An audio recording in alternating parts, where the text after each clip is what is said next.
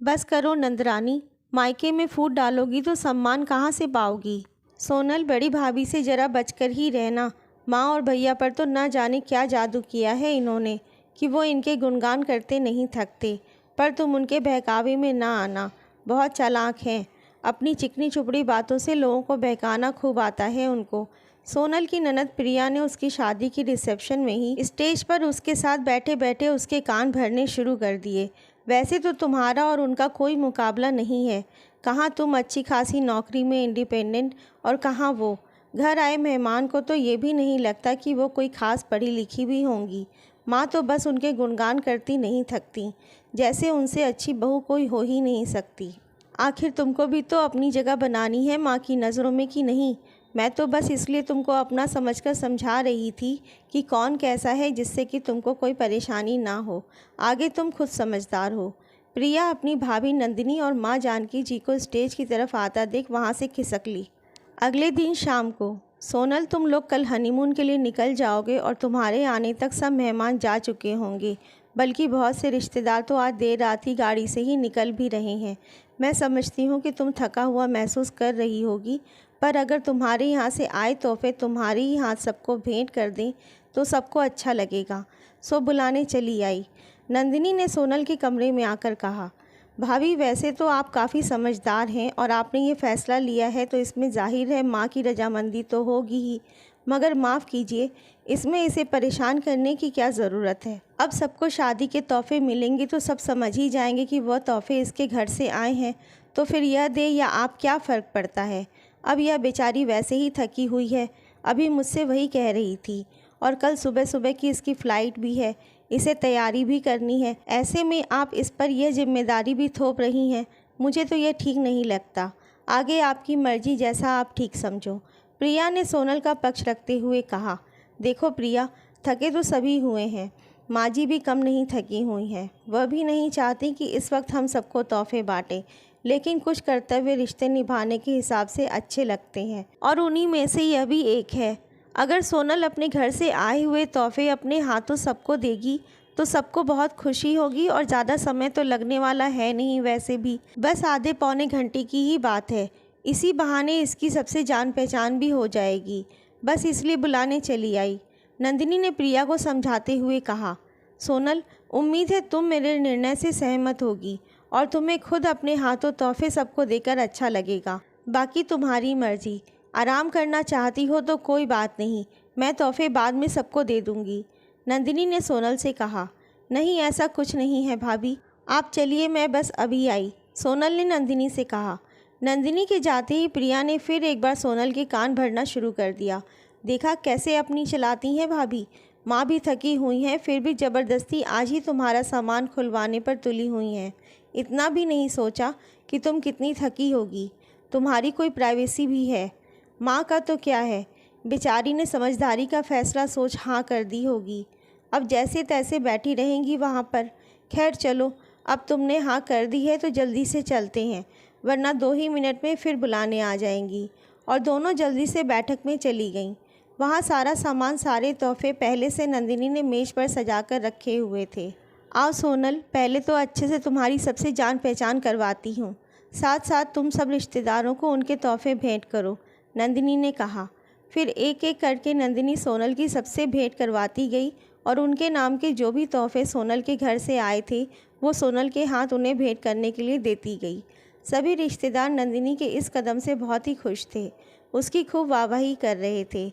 सच्ची बहू, रिश्ते निभाना तो कोई तुमसे सीखे, उसकी बुआ सास ने कहा। फिर नंदिनी सब रिश्तेदारों को विदा करने में लग गई, और अगले दिन सोनल हनीमून पर चली गई। हनीमून के 15 दिन के बाद घर लौटकर सोनल ने ऑफिस से 2-4 दिन की और छुट्टी बढ़वाने का सोचा। जैसे ही प्रिया को खबर लगी, वो भी तुरंत मायके चली आई। मैंने सोचा कि अब सोनल ने छुट्टी ली है तो मैं भी 2-4 दिन रह लूँ इसके साथ, फिर एक बार ये नौकरी ज्वाइन कर लेगी तो कहाँ मौका मिलेगा मेल मिलाप का। अगले दिन सोनल के मायके उन्हें डिनर का न्योता था। प्रिया तो सबसे पहले ही तैयार होकर बैठी थी। शाम को वो सब उसके मायके पहुँचे। डिनर के बाद तोहफ़ों की बारी आई, तो क्योंकि सोनल के घर वाले नहीं जानते थे कि उसकी ननद भी साथ आएगी, तो जाहिर है उसके लिए कोई तोहफ़ा नहीं था, और कहीं ना कहीं नंदिनी ये बात भांप रही थी। जैसे ही सोनल की माताजी तोहफे लेकर आईं, वैसे ही नंदिनी बोल पड़ी, माफ़ कीजिएगा आंटी जी, पर मुझे तोहफ़ा नहीं चाहिए। आप कृपया मेरा तोहफ़ा प्रिया को दे दें। प्रिया ने फिर एक बार मौका ना चूकते हुए कहा, अरे बड़ी भाभी, ये आप कैसी बातें कर रही हैं? उन्होंने इतने प्यार से सबके तोहफे रखे हैं और आप तो उन्हें उल्टा जता रही हैं कि जैसे उनसे कोई भूल हो गई हो। माना मैं अचानक ही चली आई, पर उन्होंने कुछ तो सोचा ही होगा ना। अब आप अकेली समझदार थोड़े ही हैं पूरी दुनिया में। देखिए बेचारी आंटी जी कैसे उदास हो गईं आपकी बात सुनकर। नहीं बेटा, इसमें उदासी की कोई बात नहीं। अच्छा नंदिनी, मैंने जो शगुन प्रिया के लिए रखा था, ये तो स्वीकार करो। इससे अपनी पसंद का कुछ ले लेना तुम। अब इस बात से इनकार ना करना, सोनल की माँ ने कहा। घर आकर प्रिया ने फिर एक बार मौके का फ़ायदा उठा नंदिनी से वो साड़ी देखते हुए कहा, सही है भाभी, ये रंग तो आपको शुरू से ही पसंद नहीं था। आपने पैकेट में से देख लिया था क्या? और कहते कहते हंस पड़ी। नंदिनी का तो ये बात सुनकर चेहरा ही उतर गया, मगर जानकी जी बोली, क्या जो मन में आता है बके जाती हो? उसे भला कैसे पता कौन से रंग की साड़ी है? तुम क्यों हर वक्त उसके पीछे पड़ी रहती हो?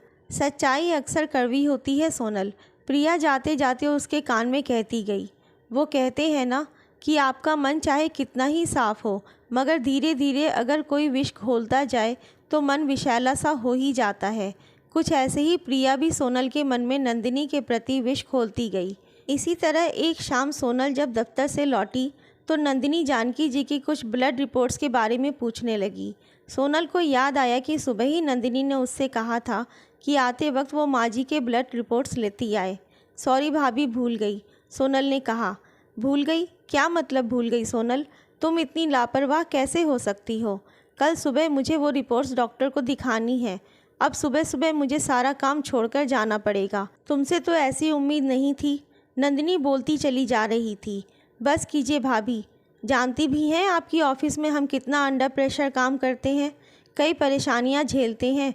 आप करती ही क्या हैं सिवाय घर के काम और दूसरों को नीचा दिखाने के अलावा? जब देखो तब आप सही और दूसरे गलत, सबके फैसलों में बस टांग अड़ाती रहती हैं। सोनल बस बिना कुछ सोचे समझे भड़ास निकालती चली गई। ये क्या कह रही हो तुम सोनल? बात को कहाँ से कहाँ लेकर जा रही हो तुम? कहते कहते नंदिनी की आंखों से आंसू बह निकले। जानकी जी, जिन्होंने लगभग सब कुछ सुन लिया था, चुपचाप अंदर आईं। नंदिनी, चलो मेरे कमरे में, ज़रा तुमसे कुछ काम है। सोनल, तुम चिंता ना करो, हम ब्लड रिपोर्ट्स कल ले आएंगे।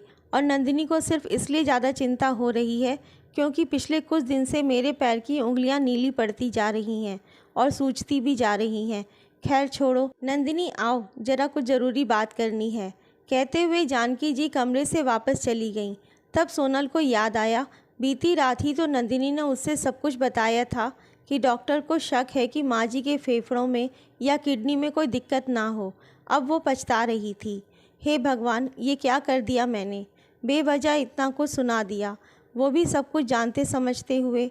चाह कर भी कमरे से बाहर ना जा पाई और सुबह जब तक वो तैयार होकर आई तब तक नंदिनी और माँ जी जा चुके थे। सारा दिन उसने कई बार नंदिनी को फ़ोन लगाया मगर कनेक्ट ना हो पाया।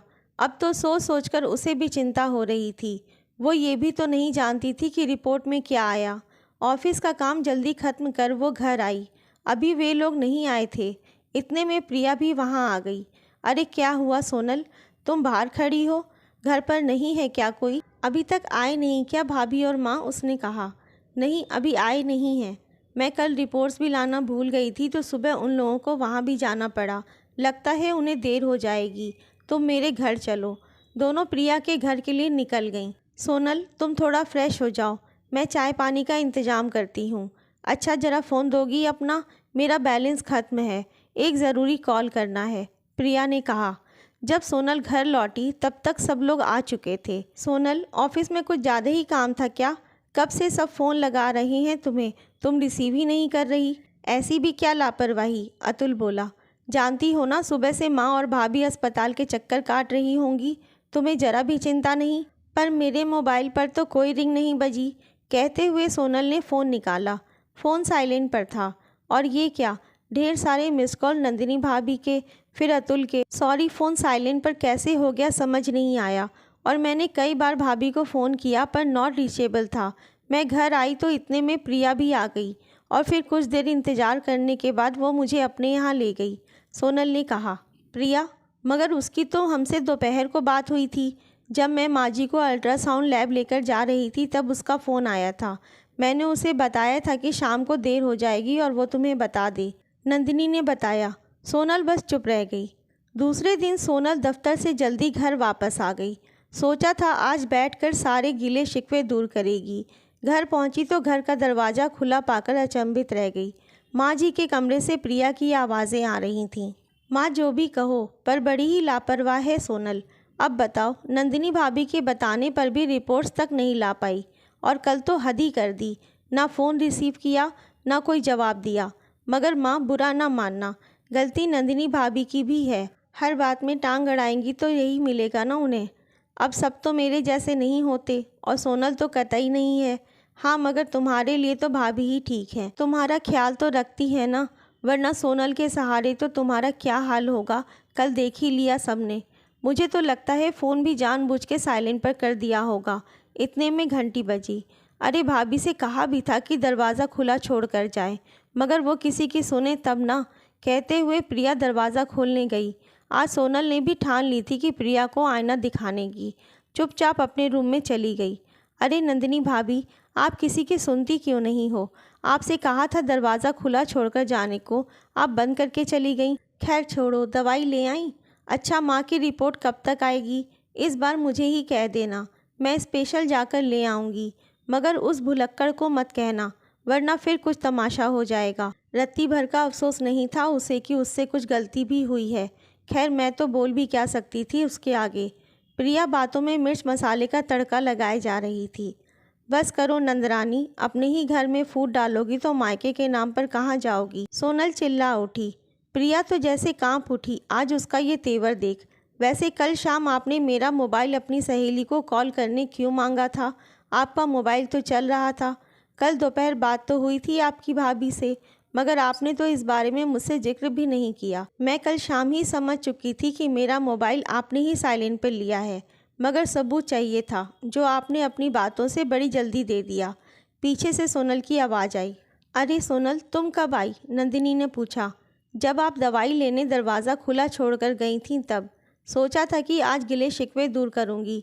प्रिया दोनों के बीच बस एक मुजरिम की तरह सर झुकाए खड़ी थी। जानकी जी भी सब कुछ सुनकर वहां आ गईं। माफ़ करना सोनल, मगर गलती तुम्हारी भी है। तुमने इसकी बातों को ज़रूरत से ज़्यादा तुल दी। अगर यही भूल मैंने की होती तो कब का ये घर टूट चुका होता। खैर, देर आए दुरुस्त आए। ना रिपोर्ट्स का किस्सा होता, ना तुम्हारी आंखों से ये पर्दा हटता, जानकी जी ने कहा।